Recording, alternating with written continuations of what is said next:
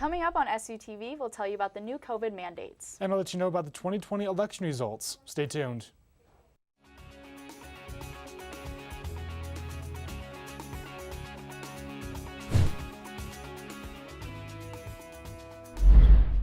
Welcome to SUTV News. I'm Ryan Sunderman. And I'm Skylar Ball.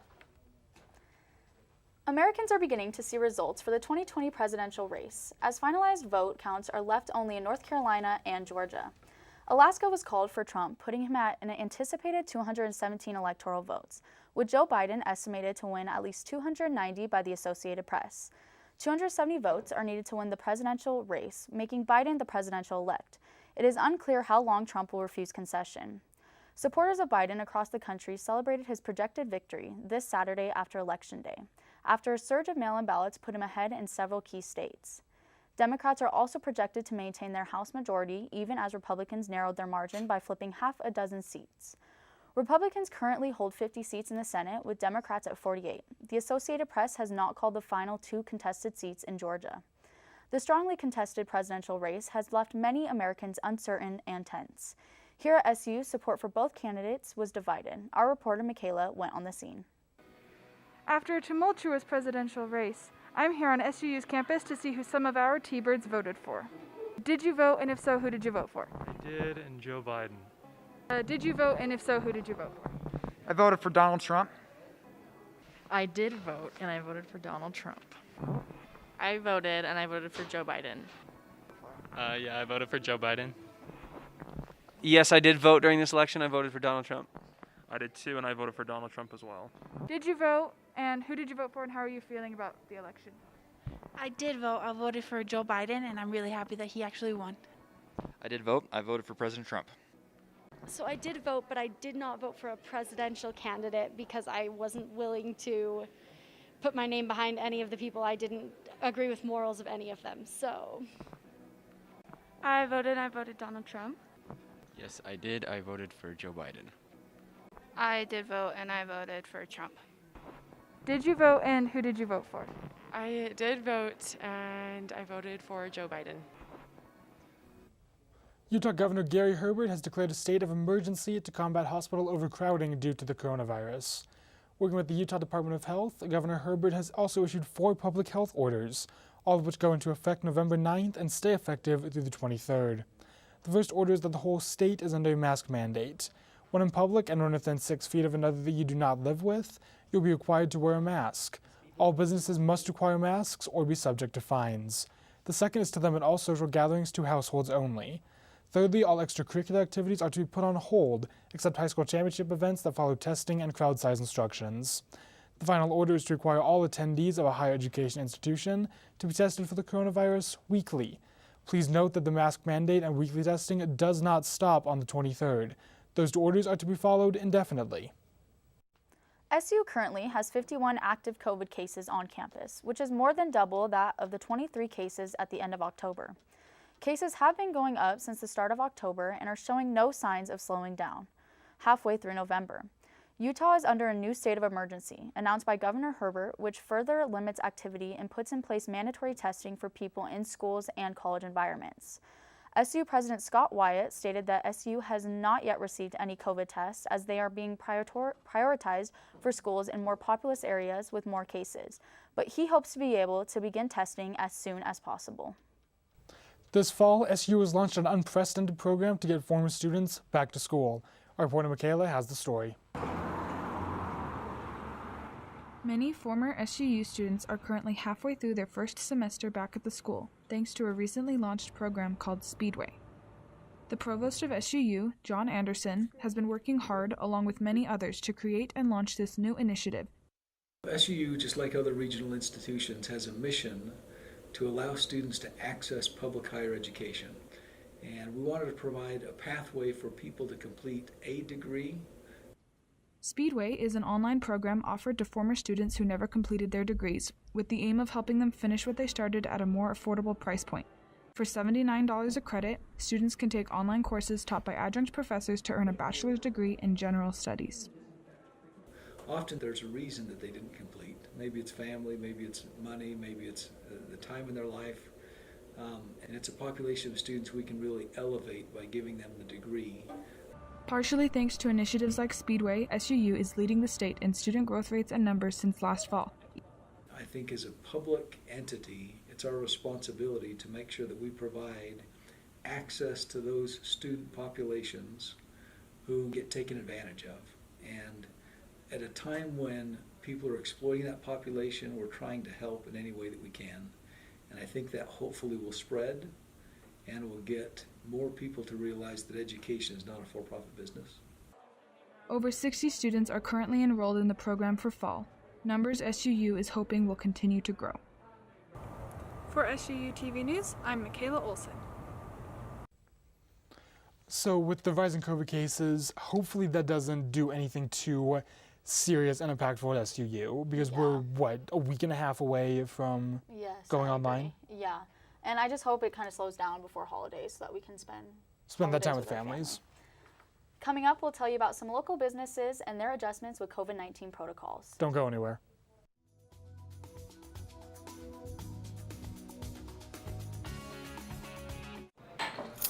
What do you think you're doing, Kevin? Was just gonna drive home. There are several warning signs present that you shouldn't be driving. Like hearing voices? Like your text-to-emoji ratio? Oh man, the selfies. Selfies. Nailed it. We all have warning signs that let us know that we're probably not okay to drive. Mine is pretending to be your subconscious. Craig, come on man, let's put a ride home. We are strong, we are resilient, and we will get through this together. But these are stressful times, and it's important to also practice good self-care. It's normal to feel overwhelmed, anxious, or afraid, but there is hope. Reach out to someone, connect with your friends, stay in touch with your community, and know that you are not alone. Learn more at wearebroadcasters.com/hope, furnished by the National Association of Broadcasters and this station.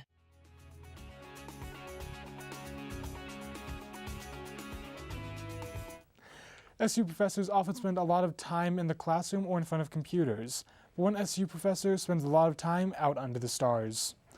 Assistant Professor Li Zhe-zhou teaches strategic communication and about the power of images. But since moving to Utah 3 years ago, he has fallen in love with Utah's night skies. During the dark nights, he is often out in the national parks and public lands with his camera. He especially likes the Milky Way and calculates exactly when it can be seen each month. Zhou tries to include the land and trees in his shots, along with the stars. He takes long exposures to capture the details and then does additional computer work to enhance what the eye sometimes can't see. Zhou's photos can be seen on his Facebook page. Cedar City owner French Spot is one of many local businesses dealing with adjustments to their day-to-day business with COVID-19 protocols.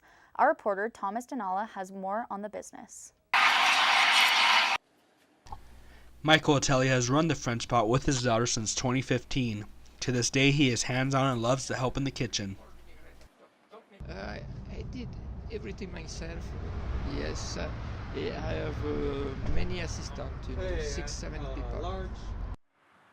The menu features many specialty drinks, including smoothies, house blend coffee, and bubble tea. For food, they offer croissants, macaroons, salads, and fancier options Atelier takes pride in. We have a lot of items, filet mignon, fresh salmons, quiche, fresh croissant, and dessert, French dessert. With the French Spot's open arrangement, Atelier and staff have been able to adjust the COVID-19 protocols with no issues. You should be very clean, wash the hand every couple minutes, and clean up the table and chair, very important, and the computer too. With his family and business now rooted in southern Utah, Atelier is happy to be in a community like this. I like this city, I like everybody. Great to live in Cedar City.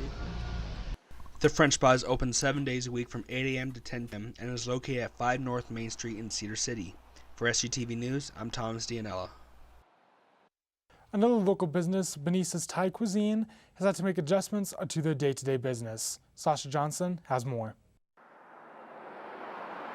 As the year goes by, COVID cases around the United States still surge, especially in Utah, which is seeing a spike in cases prompting new and renewed restrictions on activity in the state. Although businesses are allowed to remain open, many of them are still experiencing difficulties operating during the pandemic.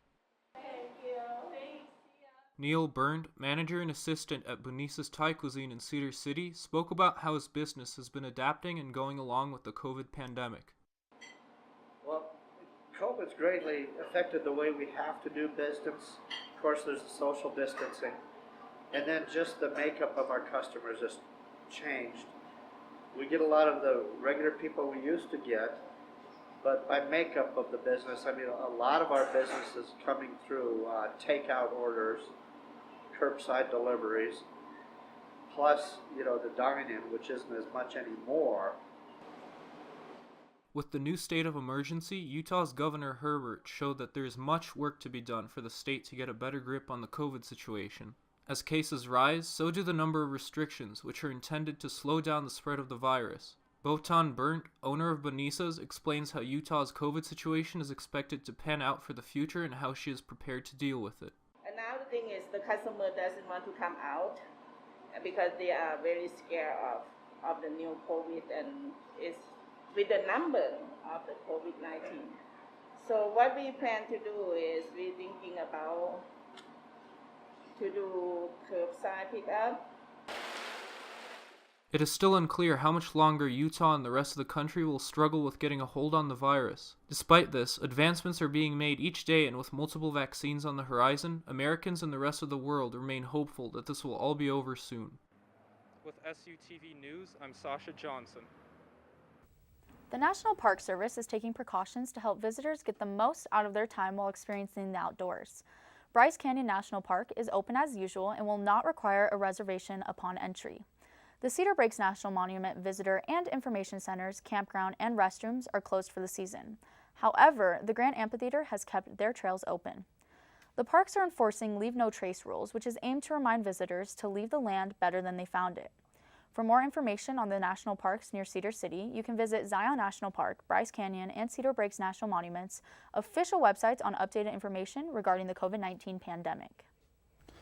I love that the national parks are trying to keep everything they can open. Yeah, I agree. Just to give people an escape from outside, because at this point we've been staring at our own four walls for what feels like years. Yeah, and I just love that the fact that we're at SUU and that we can go up there to escape. In the backyard of the national parks. Exactly. I mean, there've got to be 7 to 10 national parks within half a day's drive from here. It's insane how many are so readily available. I know. Coming up next, I'll update you on the weather. Don't go anywhere.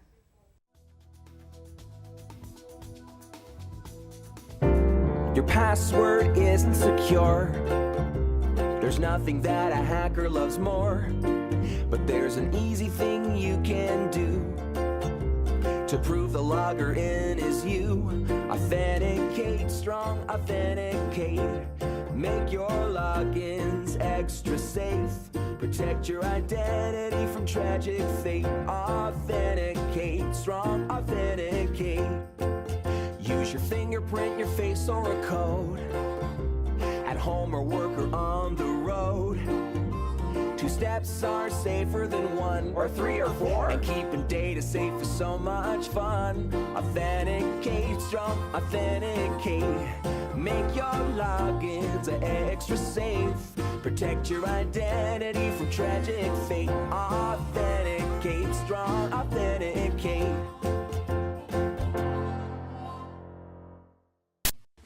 Back to SUTV.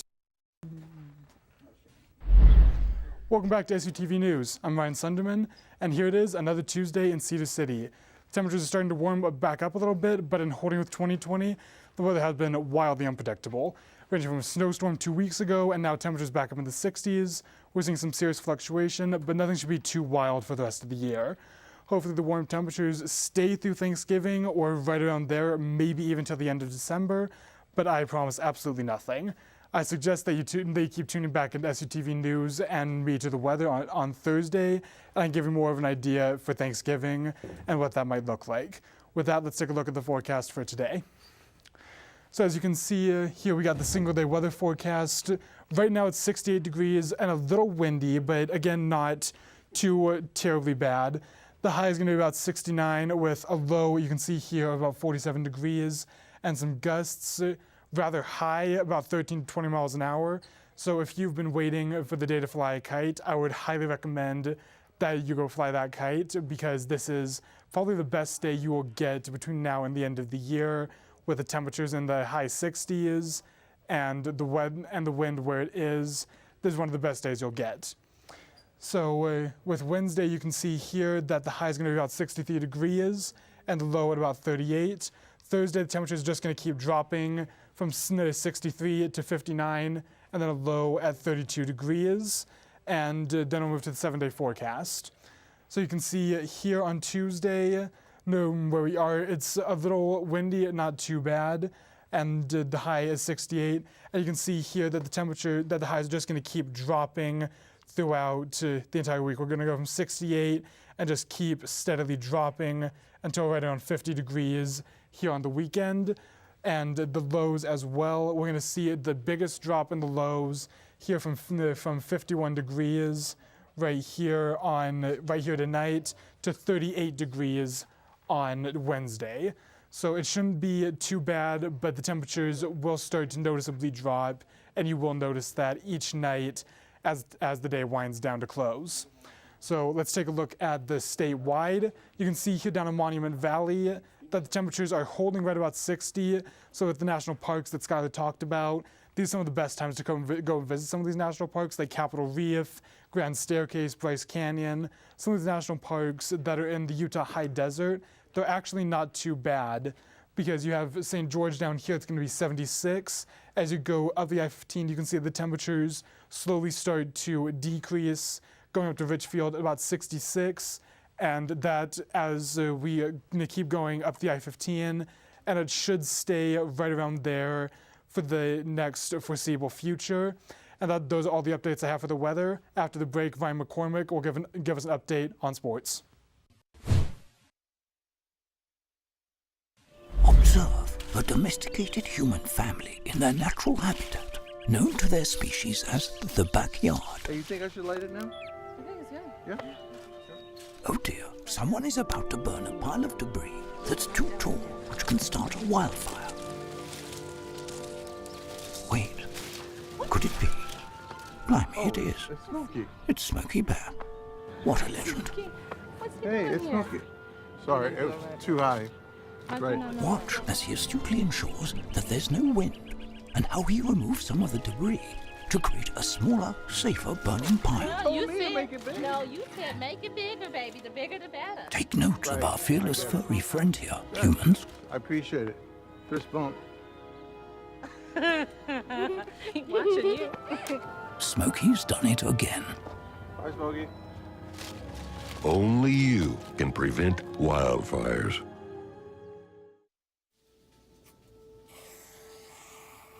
Dad? Just 1 minute, okay?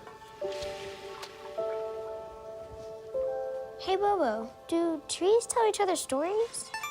I'm sorry. I'm afraid I don't know that. Hey, why don't we go find out?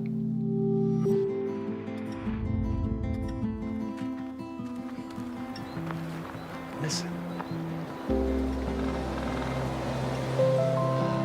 Do clouds take naps?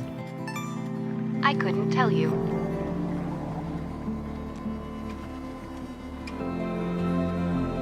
Can birds draw pictures?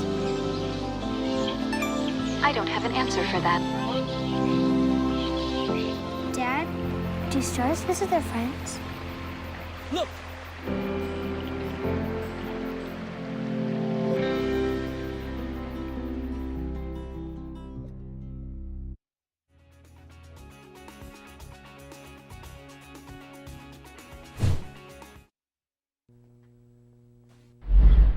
Ryan, what's going on in sports? The 2021 Big Sky softball schedule has been released and will feature 7 teams playing 18 conference games over 7 weeks. The top 4 in the standings at the end of this regular season will advance to a double elimination conference tournament, which will be hosted by the most recent conference champion, Weber State. The Big Sky tournament champion will earn an automatic bid into the NCAA tournament. Each team will determine coronavirus guidelines in accordance with local and state government health officials. You can follow the Big Sky Conference on social media to stay updated on the information regarding Big Sky sports. Chicago Cubs general manager Theo Epstein resigned this morning. With 1 year remaining on his contract with the Cubs, he felt the decisions needed to be made for the team needed to be made by someone who was there for the long haul. Epstein steps away from his position after 9 seasons with the club. His time in Chicago brought the franchise their first World Series title in 108 years, and Cubs fans everywhere appreciate his tenure. Jed Hoyer, Theo's executive assistant, will be taking over as president and general manager of the Cubs. In other general manager news, the Miami Marlins have made history by making Kim Ng the first women GM in American men's sports. Derek Jeter, CEO of the Marlins and Hall of Fame shortstop, gave her the promotion. Ng has been executive in baseball offices since 1991 and has been assistant GM since 1998. Ng is also the first American GM in MLB history. The NBA draft will be held November 18th after being delayed for nearly 6 months. To follow social distancing protocols, this draft will be the first held virtually with video conferences. The draft will be broadcasted from ESPN Studio in Bristol, Connecticut. Commissioner Adam Silver will be on site to announce the first round picks, and Deputy Commissioner Mark Tatum will be on site to announce the second round. The first team on the clock is the Minnesota Timberwolves. We will have a bit to wait for our Jazz to be, as their first pick this year comes at number 23. So how do you feel about the NBA draft coming up? It's exciting. Players have had to wait for a long time in order to get their shot. 6 months, but, right? Yeah, 6 months is when the coronavirus started it and pushed everything back. So the season got pushed back, and now the draft is back. And normally it's in June, so this is the first draft not in the middle of the summer. So. Yeah, if I was one of those players, I'd be really stressed out, trying to figure out like where I'm gonna go. Right. So yeah, that's pretty exciting. Yeah. I'm excited. So what do you think about the Miami Marlins' new general manager? I think it's a great move. She's been in baseball for a long time, and it's a long time coming to have women be in positions of power of sports. So especially as a woman myself, I saw that and I almost started crying because it was just a big step for women. Yeah. Up next, we have an update on the Brian Head season. Stay tuned. Mom and Dad used to argue about everything, especially about Dad's drinking. It drove me crazy. It got so bad, I couldn't do my homework. I couldn't concentrate. I absolutely refused to let any of my friends come to our house for any reason. I would have been humiliated if anyone found out how much my dad drank and how loud my mom screamed at him. My family went from totally crazy to quiet, calm, and even peaceful. The only thing that happened is my mom started going to Al-Anon family groups. Her relationship with my dad really changed. I asked Mom if she would take me to her Al-Anon meetings, or to Alateen. I wanted to see if I could have a better relationship with my dad. I'm sure glad I did.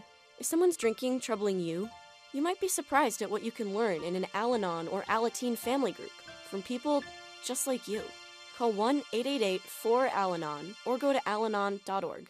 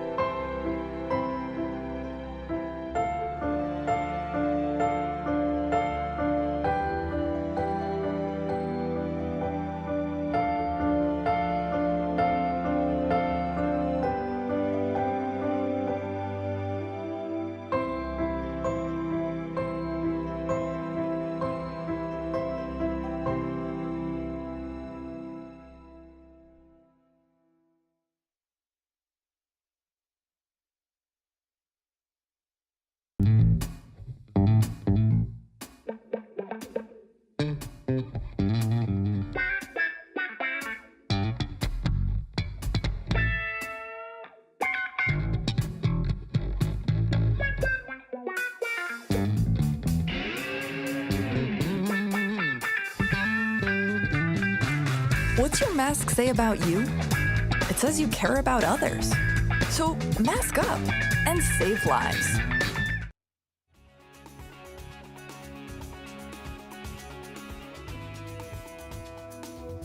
One of the bridges in the Virgin River Gorge is under repair, causing delays between Mesquite and St. George. After over a year of gorge construction, the Arizona Department of Transportation says that this repair is because of recent accident, though they did not specify when the accident was.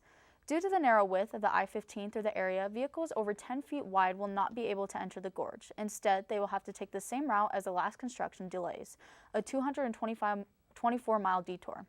Highway 91 is an alternate route for any other drivers looking to avoid the delays. Sheep are settling into their winter homes in Cedar City after the annual Sheep Parade and Livestock Festival last Saturday. Hundreds of people lined the streets to see a parade of horses, cowgirls, cowboys, and of course, sheep. The sheep belong to the Nelson family, who have carried on the business of sheep farming since the founding of Cedar City itself. As the town has grown, the herd continues to migrate through Main Street every year, returning from their summer grazing in the mountains. The Livestock and Heritage Festival sprung up around the spectacle, with this marking the 9th year of the tradition. People enjoy the chance to come together as a community before the winter sets in for good.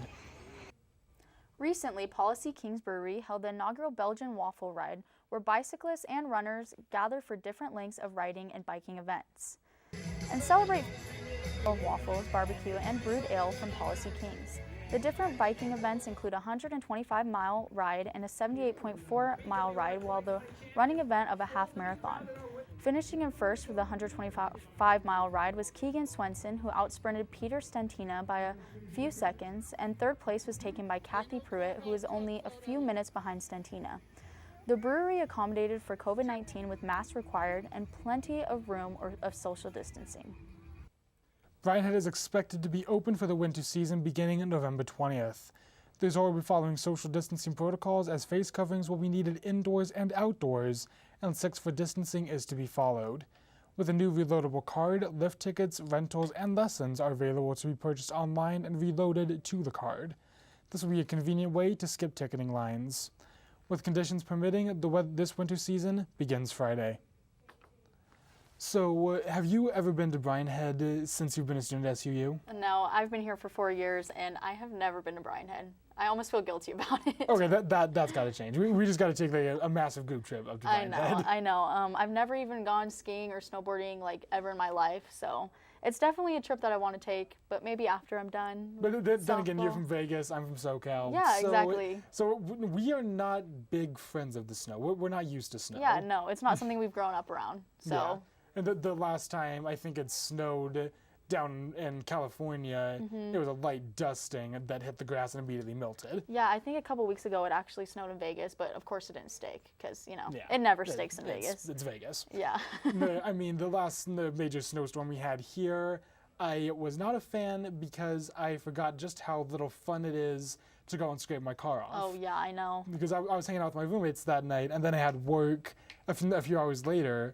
So I head out to my car and I see 3 inches of snow covering my car. I mean, at least it was powder, it hadn't frozen yet, so I could still brush it off, no problem. Yeah. But it's still like, I wish I remembered this is what it's like. Yeah. But now we do, so. Yeah, I was up in a cabin for a team retreat up there, and so we just got like piles of snow dumped on us, and it was like, oh shoot, I have to walk through the snow. I didn't even bring any snowshoes or anything. Yeah. So yeah. Thanks for tuning in. That's all we have for you. I'm Skylar Ball. And I'm Ryan Sunderman. Tune in Thursday for more SUTV News.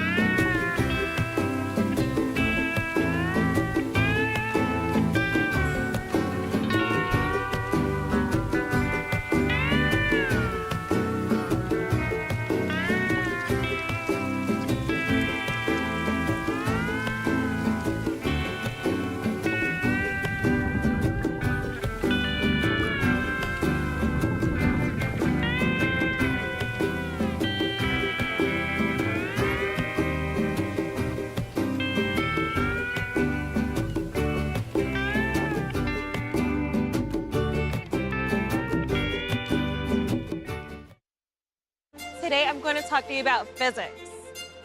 Come on in, girls. Let's go. This is the first rocket to get humans to Mars.